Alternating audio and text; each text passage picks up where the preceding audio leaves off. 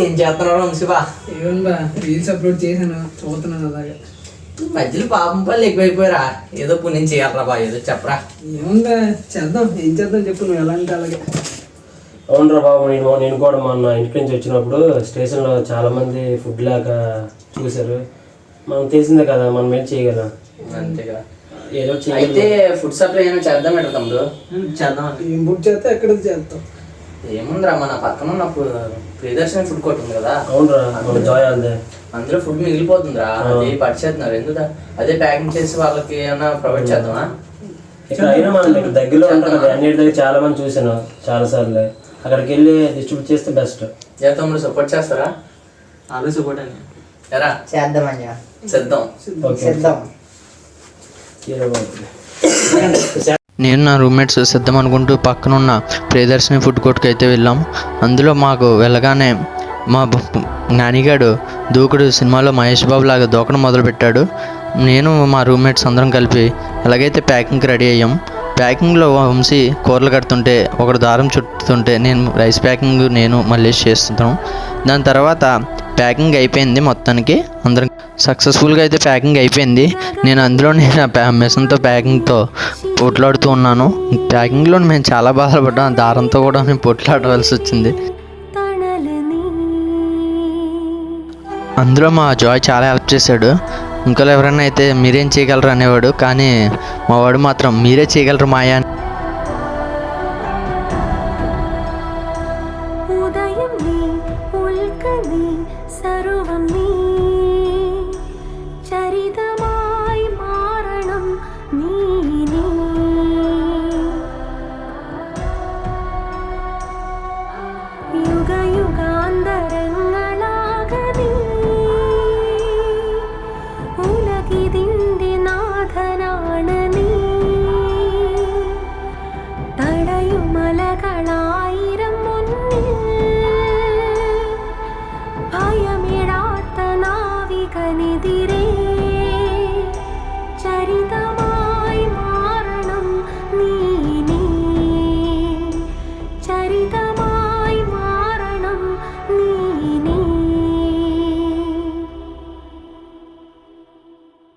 మొత్తానికి మేము ప్యాక్ చేసి ఫుడ్ అంతా ఓ బాక్స్లో పెట్టుకుని నేను నా రూమ్మేట్స్ బైక్స్ తీసుకుని గోవర్పట్నం అయితే బయలుదేరాం. మొత్తానికి నేను మా ఫ్రెండ్స్ అయితే గోవర్పట్నం అయితే చేరుకున్నాం. తర్వాత మళ్ళీ బైక్స్ వేసుకుని కొద్దిగా అలా ఎదురుకెళ్ళినప్పుడు సిఎంఆర్ ఎదురుగా ఇద్దరు కనపడ్డారు. వాళ్ళు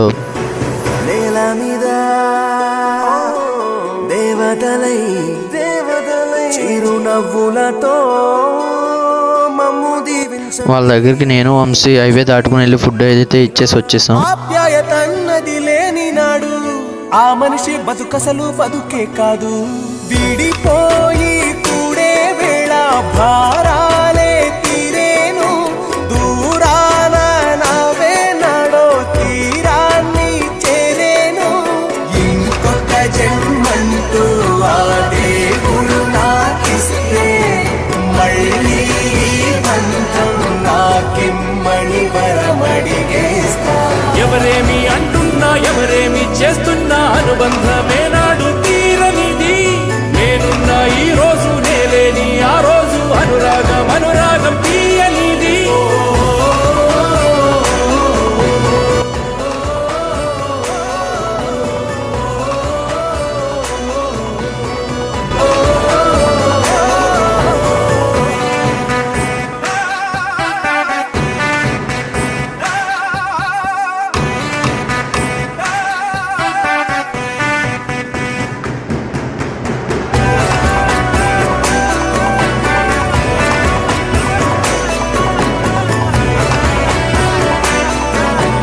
అది చూసి నేను నా ఫ్రెండ్స్ చాలా సంతోషపడ్డాం. మేము చేసిన మంచి పని కానీ మీకు నచ్చితే షేర్ చేయండి ప్రతి ఒక్కరికి. ప్లీజ్ గవర్నమెంట్కి రిక్వెస్ట్ చేయండి, అండా క్యాంటీన్ అనేది మళ్ళీ పెట్టాలి. పెడితే చాలామంది పేదలు భోజనం అనేది 5 రూపాయలకు మాత్రమే చేయగలుగుతారు. Thank you guys. మీకు నచ్చినట్టయితే సబ్స్క్రైబ్, లైక్ అండ్ షేర్.